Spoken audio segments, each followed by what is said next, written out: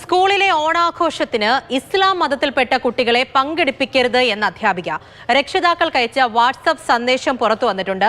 Thrissur Perumpilavu Sirajul Uloom English ഹൈസ്കൂളിലാണ് സംഭവം. DYFI നൽകിയ പരാതിയിൽ കുന്നംകുളം പോലീസ് അന്വേഷണം ആരംഭിച്ചിട്ടുണ്ട്.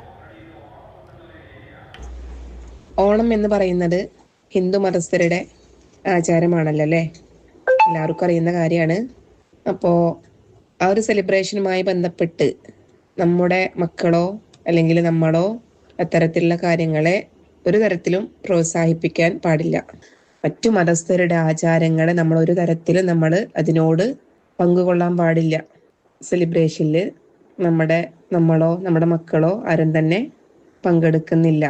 വേഷവിധാനത്തിലാണെങ്കിലും മറ്റു കാര്യത്തിൽ എല്ലാ തരത്തിലും ആചാരത്തോട് ഏതെങ്കിലും തരത്തിൽ നമ്മൾ കടപിടിക്കുന്നുണ്ടെങ്കിൽ അത്തരത്തിലുള്ള പ്രവൃത്തികൾ നമ്മുടെ ഭാഗത്ത് നിന്ന് ഉണ്ടാവാതെ നമ്മൾ ഓരോരുത്തരും ശ്രദ്ധിക്കണം.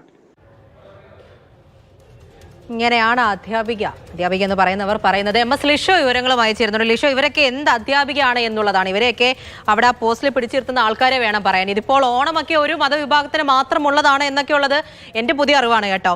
ഇതിപ്പോൾ എന്തെങ്കിലും തരത്തിലുള്ള നടപടിക്കൊക്കെ വല്ല ചാൻസും ഉണ്ടോ? ഈ ഒരു ഓഡിയോ ക്ലിപ്പ് പുറത്തു വന്നതിന് ശേഷം എന്താണ് ഉണ്ടായത്? ശരിക്കും എന്താണ് ഇവരുടെ ഉദ്ദേശം?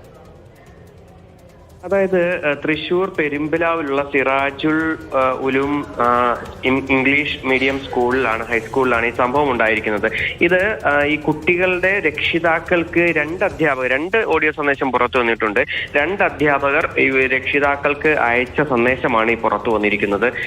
ഇതിൽ ഈ ഒരു സംഭവം എല്ലാം തന്നെ നമ്മളെല്ലാവരും തന്നെ ചെറുപ്പം മുതലേ പറഞ്ഞ് ശീലിച്ചിട്ടുള്ളത് ഓണം കേരളത്തിന്റെ ദേശീയോത്സവമാണ്. അതിൽ ഒരു തരത്തിലുള്ള ജാതിയോ മതമോ ഒന്നും തന്നെ ഇല്ല എന്നുള്ളതാണ് പഠിച്ചു വന്നിട്ടുള്ളത്. ഈ സ്കൂളിലും എല്ലാ മതസ്ഥരും പഠിക്കുന്നുണ്ട്.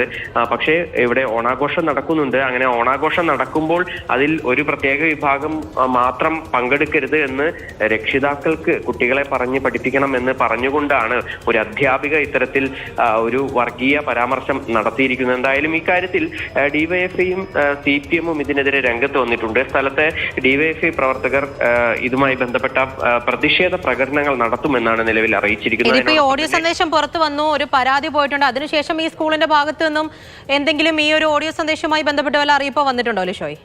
ഈ ഓഡിയോ സന്ദേശം വന്നതിന് ശേഷം സ്കൂളുമായി ബന്ധപ്പെട്ടപ്പോൾ സ്കൂൾ അധികൃതർ പ്രിൻസിപ്പൽ പറഞ്ഞത് തങ്ങൾ ഓണാഘോഷം വളരെ ഗംഭീരമായി തന്നെ നടത്തും.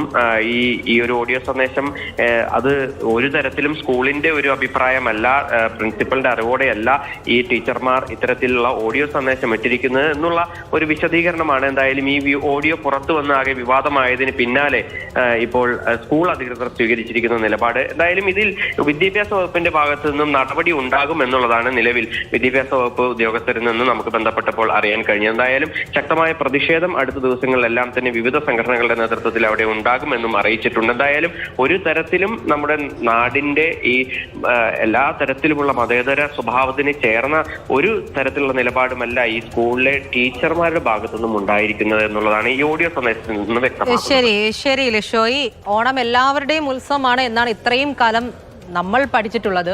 അതിനിടയ്ക്കാണ് ഒരു അധ്യാപിക ഇസ്ലാം മതത്തിൽപ്പെട്ട കുട്ടികളെ പങ്കെടുപ്പിക്കരുത് എന്ന് രക്ഷിതാക്കൾക്ക് അയച്ച വാട്സപ്പ് സന്ദേശം പുറത്തു വന്നിരിക്കുന്നത്. ഇവരൊക്കെ പഠിപ്പിക്കുന്ന കുട്ടികളുടെ അവസ്ഥയാണ് ഇപ്പോൾ ആലോചിക്കുന്നത്. ലിഷോയാണ് വിവരങ്ങൾ നൽകിയത്.